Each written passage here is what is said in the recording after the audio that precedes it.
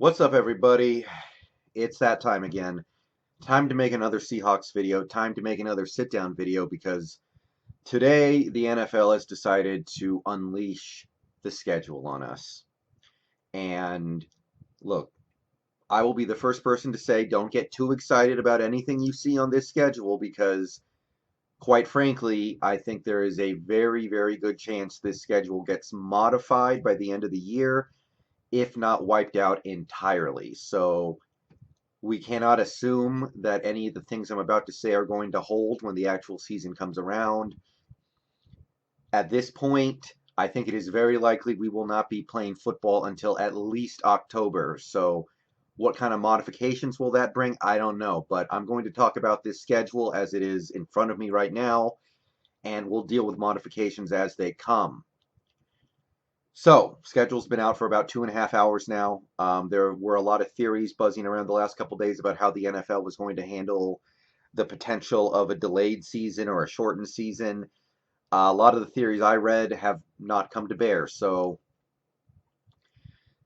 we got a 16-game schedule, which I guess I was under the impression this was going to be the first year of the 17-game schedule, but I guess not. But we have 16 games scheduled. The season runs a little later than usual. We kick off the week one Sunday of September 13th. Usually we start a little earlier, and then the final week of the regular season is January 3rd. Usually it wraps up in December. So, as for how I feel about the schedule overall, if you just look at the Seahawks side of it, it seems pretty reasonable to me. Nothing to really get super concerned about compared to what you would usually expect to find in a schedule. There's some stuff in here I like. There are a couple things that have me a little concerned, but I'm going to talk about this schedule in a very general sense.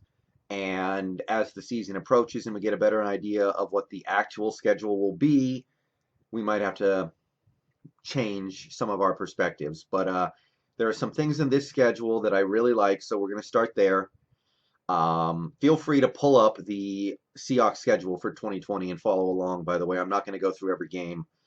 But the main thing that I like on this schedule is that we do not have to play a really good defense outside of the Patriots until November. Because if you look at our first 6 games, the only team in that batch, you have the Falcons, Patriots, Cowboys, Dolphins, Vikings, and Cardinals.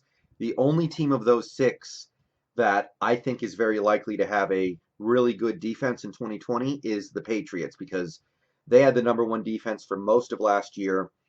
I know they benefited from an easy schedule. I know they fell apart a little bit by the end of the year, but they had a good defense, and they will probably have another good defense this year. So, other than that, I see teams that have some very mediocre at best defenses.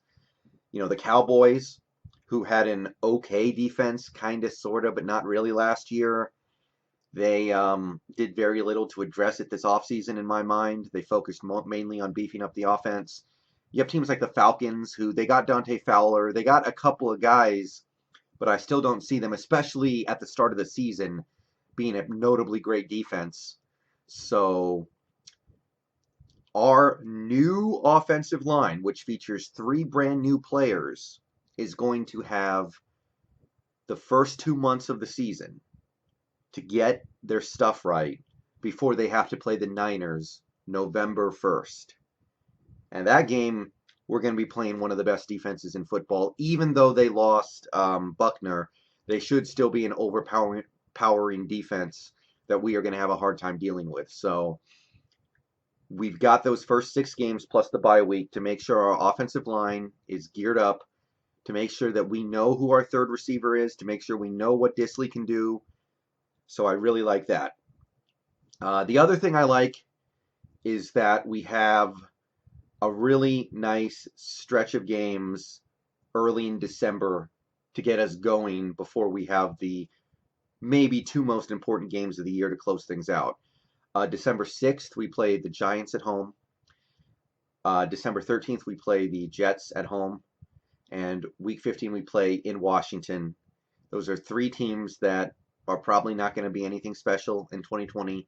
Those are 3 games that we should all fully expect to win most of the time. And assuming we are still playing for something relevant come that portion of the season, we should be looking at those 3 weeks and going, those are 3 games that we should win and get our momentum going for home against the Rams and in Frisco, with games that could decide whether or not we make the playoffs, whether or not we win the division, whether or not we get good seeding, all that kind of stuff. But those are 3 games we should be able to cut our teeth on. And if you want to roll it back to the last day of November, we play in Philadelphia week 12. We always do well in Philadelphia.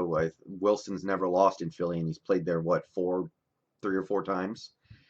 So those are some games that we should be licking our lips at a little bit.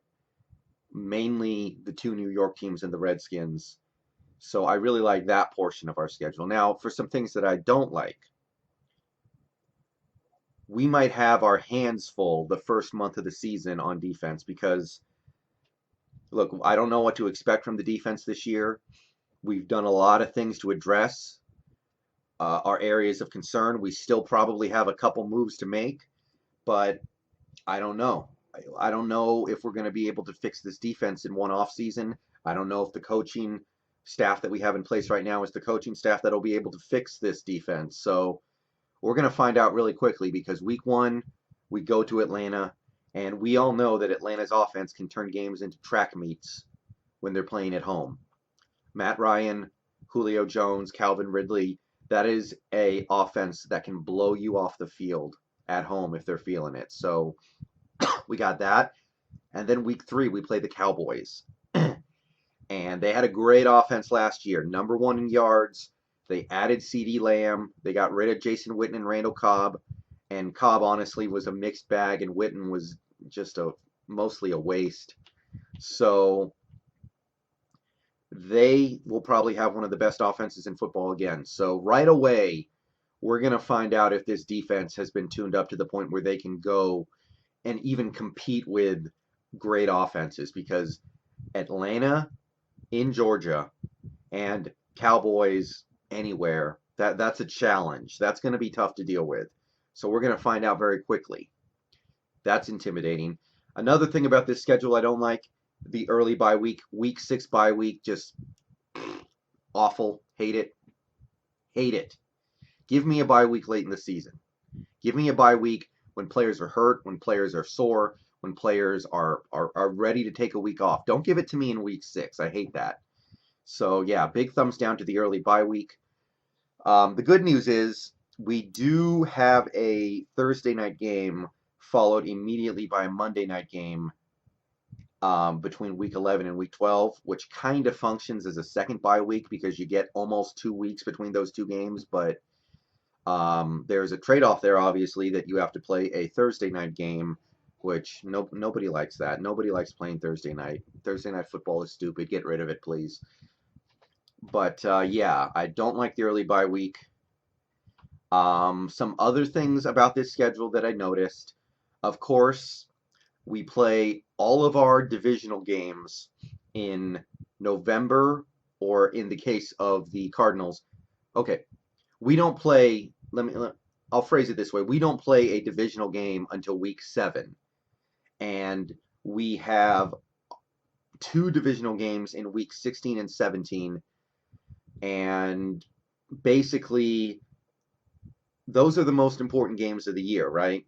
We all understand that those games count for more than any other game, because not only are you trying to rise up, you're trying to push your divisional opponents down, and those games can determine everything when it comes to making the playoffs and winning the division at the end of the year. So again, we've got a lot of new pieces in this Seahawks lineup.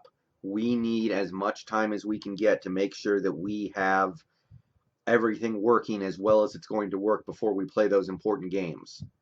We get to play 2 AFC games in our first 4 games. We go to Miami in week 4 and, of course, host the Patriots in week 2. Those are games, and I know we can't really afford to lose to the Dolphins because the Dolphins are the Dolphins, but those are games you can afford to mess around with a little more because AFC opponents it doesn't mean as much. So if we're going to lose a stupid game early, you would rather have it be to an AFC opponent than a divisional opponent. So that's kind of nice. But yeah, to me, the schedule seems fine. We have 4 primetime games. We go on Sunday night twice, both home games. Thursday night once, also a home game. You got to figure that puts us at an advantage for those. We have a Monday night game on the road in Philly, and you better believe that there's a very good chance week 16 or week 17 gets flexed. So there's some definitely good stuff that can happen. We, to me, drew a pretty reasonable schedule. I'm a little concerned about playing the Falcons week 1 because of their offense, and the defense is going to need some time to grow together, I think. But for the most part, I cannot complain.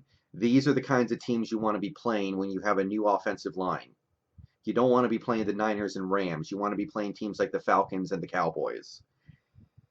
All right, I'm going to leave it at that for now. Those are kind of my initial thoughts about this schedule. I think it's pretty good, pretty fair.